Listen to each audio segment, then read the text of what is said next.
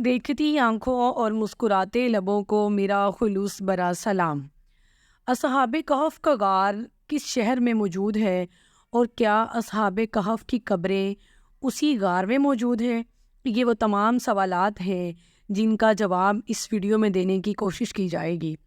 آج سے ہزاروں سال قبل روم میں ایک ظالم اور سرکش بادشاہ کی حکومت تھی۔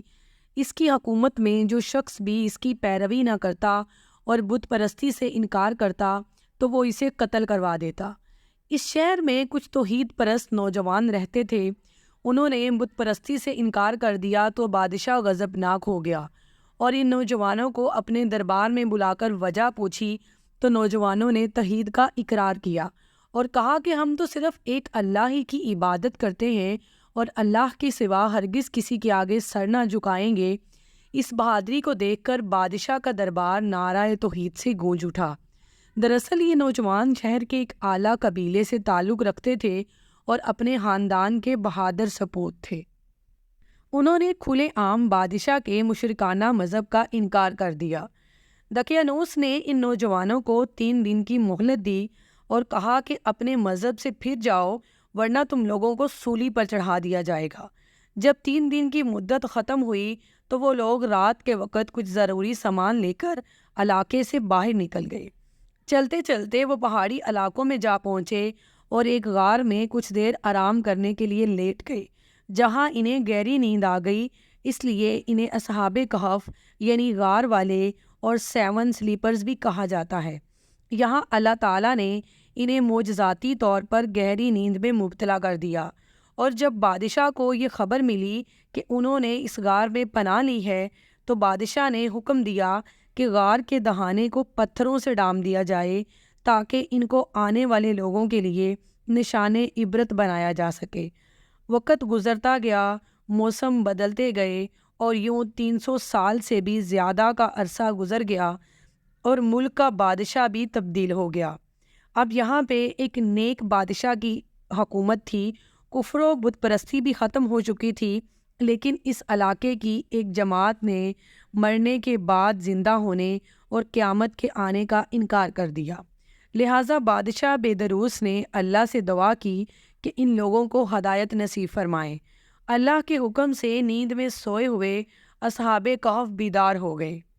بیدار ہونے کے بعد وہ ایک دوسرے سے پوچھنے لگے کہ ہم کتنی دیر سوئے تھے۔ کسی نے کہا کہ 1 دن اور کسی نے 1 دن سے بھی کم عرصہ بتایا۔ وہ اس بات سے بالکل بے خبر تھے کہ باہر دنیا ہی بدل چکی ہے۔ بھوک محسوس ہوئی تو ان میں سے ایک آدمی چاندی کے سکے لے کر بازار گیا تو کیا دیکھتا ہے کہ شہر کے حالات بالکل تبدیل ہو چکے ہیں۔ مکان اور عمارتوں کی ترتیب، حتیٰ کہ لوگوں کا رہن سہن اور لباس بھی تبدیل ہو چکا تھا۔ جب اس شخص نے تندور والے کو دقیانوس کے دور کا سکہ دیا تو تندور والے نے سمجھا کہ اس کے ہاتھ کوئی خزانہ لگا ہے، تو وہ اسے بادشاہ بیدروس کے پاس لے گیا۔ اس شخص نے کہا کہ کل دقیانوس ہمیں قتل کرنے والا تھا تو ہم نے اس سے چھپ کر غار میں پناہ لی۔ درباریوں نے بتایا کہ دقیانوس کو مرے ہوئے 300 سال گزر گئے ہیں اور اب بیدروس کا زمانہ ہے۔ اس نے اپنی بات ثابت کرنے کے لیے لوگوں کو غار کی طرف جانے کو کہا۔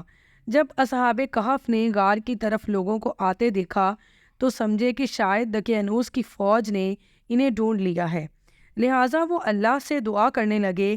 جب اصحاب کہف غار سے باہر آئے اور لوگوں سے بات چیت کی تو سارا ماجرا کھل گیا کہ یہ زمانہ ہی کچھ اور ہے اور یہ غار میں سینکڑوں سال سے سوئے تھے۔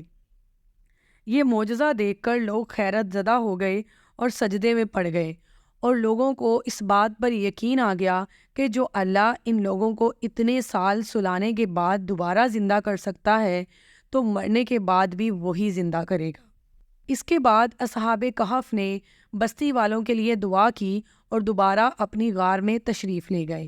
بعض مورخین کا کہنا ہے کہ اصحاب کہف کو وہیں پہ موت آ گئی اور اسی غار میں ان کی قبریں بنا دی گئیں، جبکہ بعض مورخین کا کہنا یہ ہے کہ اصحاب کہف آج بھی نیند کی حالت میں ہے اور وہ اسی غار میں موجود ہیں۔